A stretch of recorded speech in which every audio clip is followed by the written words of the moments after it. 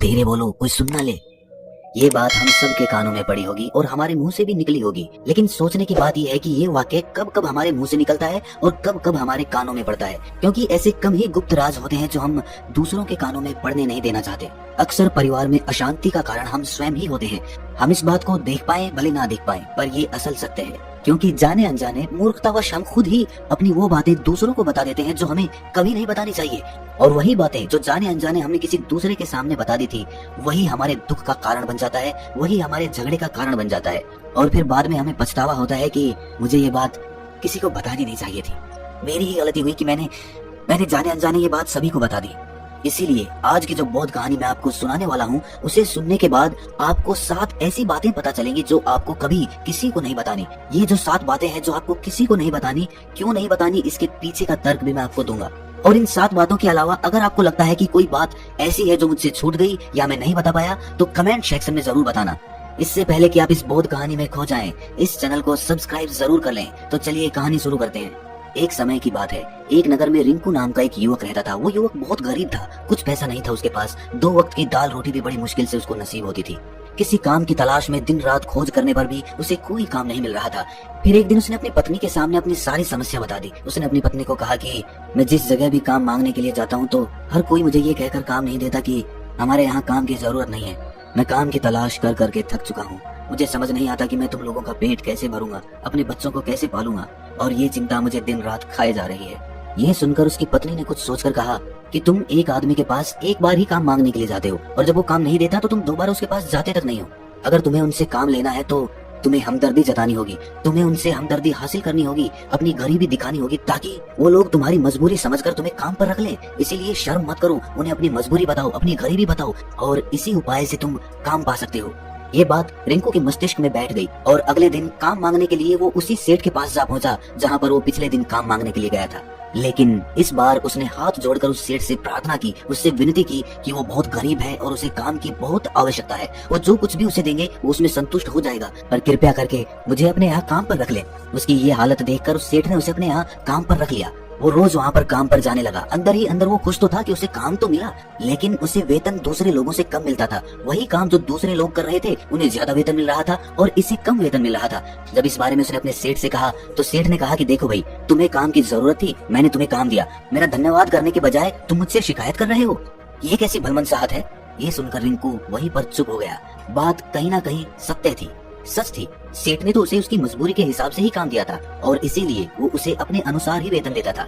लेकिन धीरे धीरे उसने ये बात अपने सगे संबंधियों और अपने दोस्तों को भी बताना शुरू कर दी कि उसका सेठ कैसा आदमी है और उसे कितना वेतन देता है। समय बीतता रहा और रिंकू पूरी लगन के साथ अपना काम करता रहा, लेकिन अब परिस्थितियां बदलने लगी थी।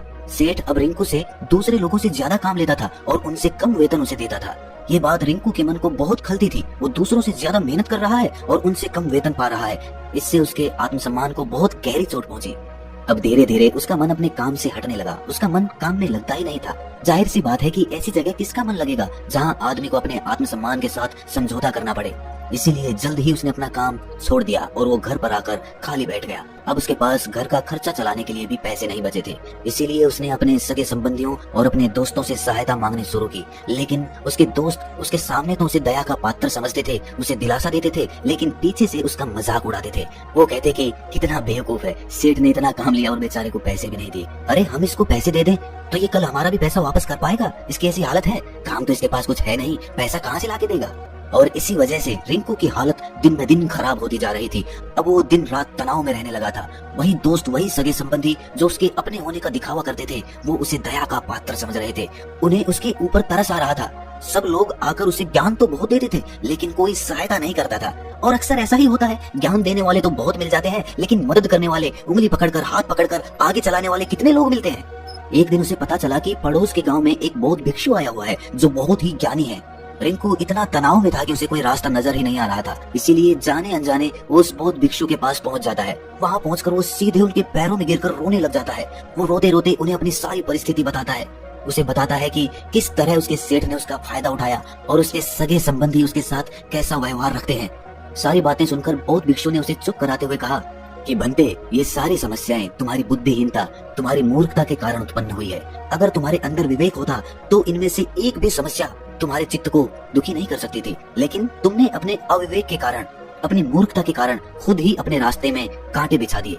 आज मैं तुम्हें 7 बातें बता रहा हूँ जो भूल कर भी किसी को मत बताना, और इन बातों का अनुसरण करते हुए तुम बाहर से मिलने वाले दुखों को तो दूर कर ही सकते हो जो बेवजह दुनिया की वजह से तुम्हारे अंदर पनपते हैं।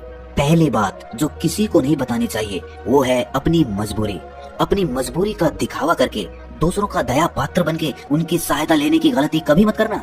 हो सकता है कि आज वो तुम्हारी मजबूरी देखकर तुम्हारी सहायता करते, लेकिन कल वो तुम्हारा फायदा उठाने से भी नहीं चूकेगा, और अगर फायदा भी नहीं उठाया तो दूसरों के सामने तुम्हारा मजाक बनाने में वो आदमी कभी नहीं चूकेगा। इसीलिए कभी भी अपनी मजबूरी का दिखावा मत करो। अगर घर में 2 रोटी है, सूखी रोटी है, तो वही खाकर सो जाओ, लेकिन दूसरों को इसके बारे में भनक तक नहीं लगनी चाहिए।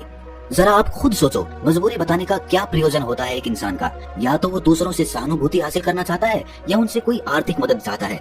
लेकिन अगर दोनों ही परिस्थितियां आप देखें तो दूसरा आदमी आपका फायदा उठाने से नहीं चूकेगा, और अगर वो फायदा नहीं भी उठाएगा तो अपनी नजर में तो वो आपको मूर्ख ही समझेगा, बेवकूफ समझेगा, और दूसरों के सामने आपका मजाक तो जरूर बनाएगा। इसीलिए अपनी मजबूरी के बारे में कभी किसी को मत बताना। दूसरी बात जो किसी को भी नहीं बतानी चाहिए वो है अपनी अतीत की गलतियां और भविष्य की रणनीतियां। जरा सोचो कि अगर हम अपने अतीत की गलतियां किसी दूसरे को बताते हैं तो उसका क्या प्रभाव होगा। वो गलतियां ठीक तो नहीं की जा सकती, जाहिर है, तो उन्हें बताने का क्या प्रयोजन रह जाता है। आप अपने अंधेरे पक्ष को खुद दुनिया के सामने बता रहे हो, खुद अपनी गलतियां दूसरों के सामने बता रहे हो। इससे उस आदमी की नजर में आपका एक चरित्र गठित हो जाएगा और वो भविष्य में हमेशा आपको उसी नजरिए से देखेगा। इसीलिए किसी भी आदमी की नजर में अपना चरित्र गठित मत होने दो। और जरा सोचो कि आप व्यर्थ में ही अपने भविष्य की रणनीतियां दूसरों के सामने बता रहे हो। जो लोग आपके काम का हिस्सा ही नहीं है, उनके सामने अपनी भविष्य की रणनीतियां, अपनी डींगे हाँकने का क्या फायदा?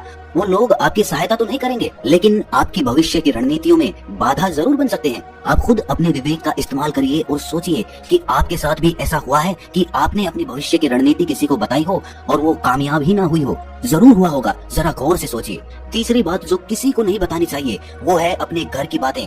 जो भी हमारे घर के अंदर आपस में बातचीत होती है, हमारे माँ बाप के साथ, हमारी पत्नी के साथ, हमारे बच्चों के साथ, वो बातें परिवार तक ही सीमित रहनी चाहिए। अगर आप इन बातों का दूसरों के सामने ढिंढोरा पीटते हो तो दूसरों को आपके घर में घुसने का एक मौका मिल जाता है और वो इसका फायदा उठाने से कभी नहीं चूकेंगे। वो आपके परिवार के सदस्यों को आपसे दूर लेकर जाने की कोशिश करेंगे। अक्सर ऐसा होता है, हम समाज में देखते हैं कि हम अपने घर के झगड़ों को कम करने के लिए उन झगड़ों को अपने पड़ोसियों और दूसरे सगे संबंधियों को बता देते हैं, लेकिन इससे आपको सहायता कभी नहीं मिली होगी, बल्कि आपके घर के लड़ाई झगड़े और ज्यादा बढ़ गए होंगे। और वो जाहिर है वो बढ़ेंगे। अगर आप अपने माँ बाप की बात दूसरों को बताएंगे तो आपके माँ बाप को बुरा लगेगा ही कि हमारा बेटा हमसे बताए बगैर दूसरों को ये बातें बता रहा है। इसीलिए अपने घर की बातें और अपने घर के लड़ाई झगड़े किसी के सामने मत बताना। अगली बात जो मैं आपको बताने जा रहा हूँ, जो किसी को नहीं बतानी चाहिए, वो सुनने पर बहुत अजीब लग सकती है, लेकिन उसका सत्य भी मैं आपको एक तर्क के माध्यम से दूंगा।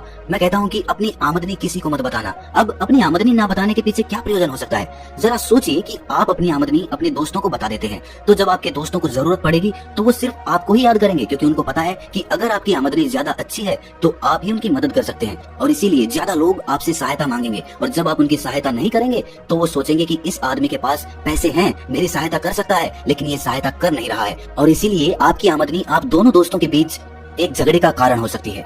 कम आमदनी होगी तो लोग मजाक उड़ाएंगे और ज्यादा होगी तो सहायता मांगेंगे। तो अपनी आमदनी बताने का कोई प्रयोजन नहीं है। अगली बात जो मैं आपको बताने वाला हूँ उसे अपनी गांठ बांध लेना और किसी को ये बात मत बताना, अपनी कमजोरियां और अपनी ताकत। अक्सर इंसान को पता नहीं होता है कि उसकी कमजोरी या उसकी ताकत क्या है, लेकिन अगर आपको अपनी कमजोरी और अपनी ताकत पता है तो पहली बात तो आप बहुत ही बुद्धिमान आदमी हैं, और दूसरी बात कि आपको ये बातें किसी से साझा नहीं करनी है, क्योंकि अगर आपकी कमजोरियां दूसरों को पता चल गई तो वो आपकी कमजोरियों का फायदा उठाएंगे, और अगर आपकी ताकत पता चल गई तो वही ताकत आपकी कमजोरी बन जाएगी, क्योंकि वो ताकत दूसरे आदमी को पता है और वो ताकत की काट भी ढूंढ ही लेगा। अपनी कमजोरी और अपनी ताकत अपनी पत्नी या अपने पति को भी नहीं बतानी चाहिए, क्योंकि इसके बाद आपको घर में उनसे हमेशा दब के रहना पड़ेगा। अगली बात जो किसी को नहीं बतानी चाहिए वो है अपने मित्र और अपने शत्रु। आप अपने मित्रों के बारे में अगर दूसरे लोगों को बताएंगे तो वो आपके मित्रों के साथ अपनी घनिष्ठता बनाकर आपको धोखा दिलवा सकते हैं, आपके गहरे मित्रों को आपसे दूर करने का प्रयास कर सकते हैं। अक्सर आम आदमी ऐसा नहीं करता, लेकिन आपके दुश्मन ऐसा करने की कोशिश कर सकते हैं। और दूसरी तरफ आपके शत्रु का भी किसी को नहीं पता लगना चाहिए, क्योंकि आज जो आपका मित्र है अगर कल वो आपका दुश्मन हो गया तो वो आपके दुश्मन के साथ ही मिलकर आपको परास्त कर सकता है, आपको धोखा दे सकता है। इसीलिए अपने सबसे अच्छे दोस्तों को भी अपने दुश्मन के बारे में कभी मत बताना। अगली और आखिरी बात कहना चाहता हूँ कि जब तुम दान करते हो तो दान के बारे में भी किसी को मत बताना, नहीं तो दान करना व्यर्थ हो जाता है, बेकार हो जाता है।